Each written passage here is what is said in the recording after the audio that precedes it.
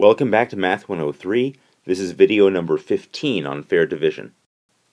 We continue our discussion of resolving a standoff among 3 players in the lone divider method. So there were originally 4 players. One of them, the divider, Gail, was given a share. We can always find something that we can give the divider and make her happy.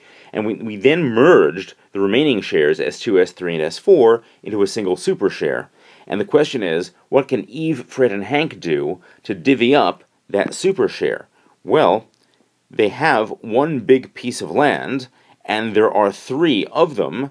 We have 3 players, E, F, and H. So they can apply the lone divider method just to this piece of land, just the 3 of them. Gail is no longer involved. This is a new lone divider method, a mini lone divider method, subsidiary to the original lone divider problem. Okay, it's like the play within a play in Hamlet. Right? This is a fair division problem inside a larger fair division problem. So Eve, Fred, and Hank apply the lone divider method, just the 3 of them, to this piece of land. Just as we did with 2 players involved resolving a standoff using divider-chooser, we can now ask about these 3 players who are resolving a standoff using lone divider. We can ask, what can we say about the dollar value of the share which, for example, Eve will eventually receive at the end of this process? The key point here is that the lone divider method that they're applying is a fair division method.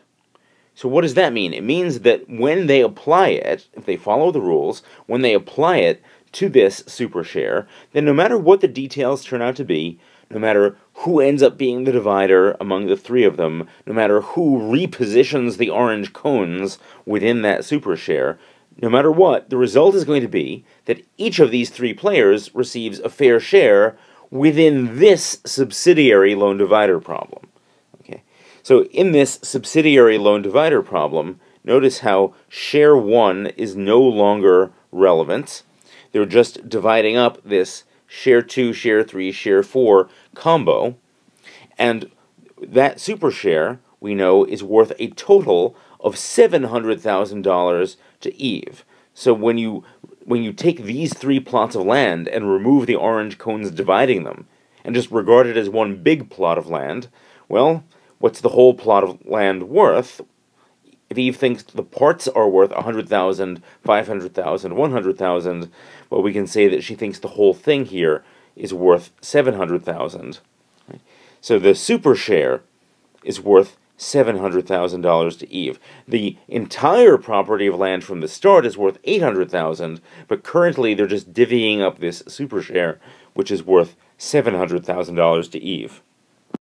What does that tell us?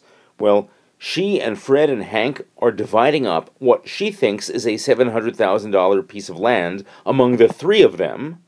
At this stage, it's the $700,000 piece of land among 3 players, and therefore she is guaranteed to get at least a third of the value at this subsidiary stage of the whole process. Okay. If she happens to be the divider, her share will be worth exactly $233,333.33 to her. Okay. And if she's one of the choosers, then she will end up with potentially more than this. But she's guaranteed at least this much from the fact that they're applying a fair division method, just the 3 of them, to what she considers to be a $700,000 plot of land. What about Fred? So at this stage, where we're just dividing up the super share among those 3 remaining players, Fred values this newly created super share at $100,000 plus $400,000 plus $100,000. He thinks they're dividing up a $600,000 plot of land among the 3 of them, and therefore he'll get a share worth at least a third that much. And that's $200,000 worth of land to him.